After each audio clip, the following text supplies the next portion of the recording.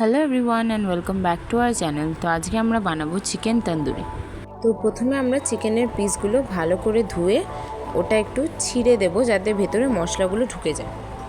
তো প্রথমে এখানে আদা কাঁচা লঙ্কার পেস্ট মাখিয়ে নিতে হবে। তারপরে এর মধ্যে দিয়ে দিতে হবে লেবুর রস আর স্বাদ মতো নুন। সব কিছু ভালো করে মাখিয়ে 15 থেকে 20 মিনিট রেখে দিতে হবে। এবারে কড়াইতে ঘি দিয়ে ঘিটা গরম হওয়ার জন্যে কিছুক্ষণ অপেক্ষা করতে হবে। এবার ঘিটা গরম হয়ে গেলে গ্যাসটা প্রথমে বন্ধ করে দিতে হবে এবং গ্যাসটা বন্ধ করে ওর মধ্যে দিয়ে দিতে হবে বেসন, আর এটা ভালো করে মিশিয়ে নিতে হবে। এরকম একটা পেস্ট মতন হয়ে যাবে। তারপর এই পেস্টের মধ্যে দিয়ে দিতে হবে কাশ্মীরি মির্চ দিয়েও আবারও এটা ভালো করে মিক্স করে নিতে হবে। তাহলে এটা একটা এরকম থিক পেস্টের মতন হয়ে যাবে। এবারে একটা কন্টেনারের মধ্যে সর্ষের তেল দিয়ে দিতে হবে এবং তার মধ্যে দিয়ে দিতে হবে কাশ্মীরি মির্চ। এবার এটা ভালো করে এরকম মিশিয়ে নিতে হবে।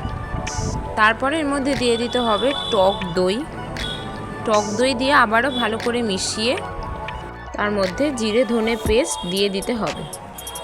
তারপর এর মধ্যে দিয়ে দিতে হবে কস্তুরি মেথি আর গরম মশলা। পর পরিমাণ মতো নুন দিয়ে আবারও মশলাটাকে ভালো করে মিক্স করে নিতে হবে।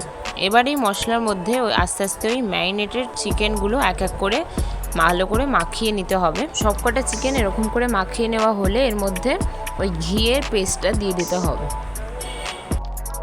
এবারে সব কিছু আবারও ভালো করে মাখিয়ে এটা ফ্রিজে ওভারনাইট রেখে দিতে হবে। এবারে একটা গ্রিলড প্যান নিয়ে ওই ম্যারিনেটেড চিকেনগুলো এর মধ্যে বসিয়ে দিতে হবে। ওই গ্রিলড প্যানে বাটার আর রিফাইন্ড অয়েল একটু ব্রাশ করে নিতে হবে। তার উপরে এই চিকেনগুলো দিয়ে দিতে হবে। এই চিকেনগুলো কিছুক্ষণ পর উল্টে দিতেও হবে এবং মেকশিওর করতে হবে যাতে এটা ভালো করে সেদ্ধ আর মানে ভেতর থেকে যাতে পুরোটাই কুক হয়ে যায়। কিছুক্ষণ পর পর আপনারা এই বাটার আর রিফাইন্ড অয়েলের এটা চিকেনের ওপরেও দিয়ে দিতে পারেন যাতে আরও ভালো করে চিকেনের ওপরে কিন্তু ম্যারিনেটেড মশলাগুলো ব্রাশ করে দিয়ে দিতে হবে আর এইভাবে রেডি করে নিতে হবে। সবকটা চিকেন এইভাবেই রেডি করে নেওয়ার পর এগুলোকে রোস্ট করে নিতে হবে চিকেন তন্দুরির মতো।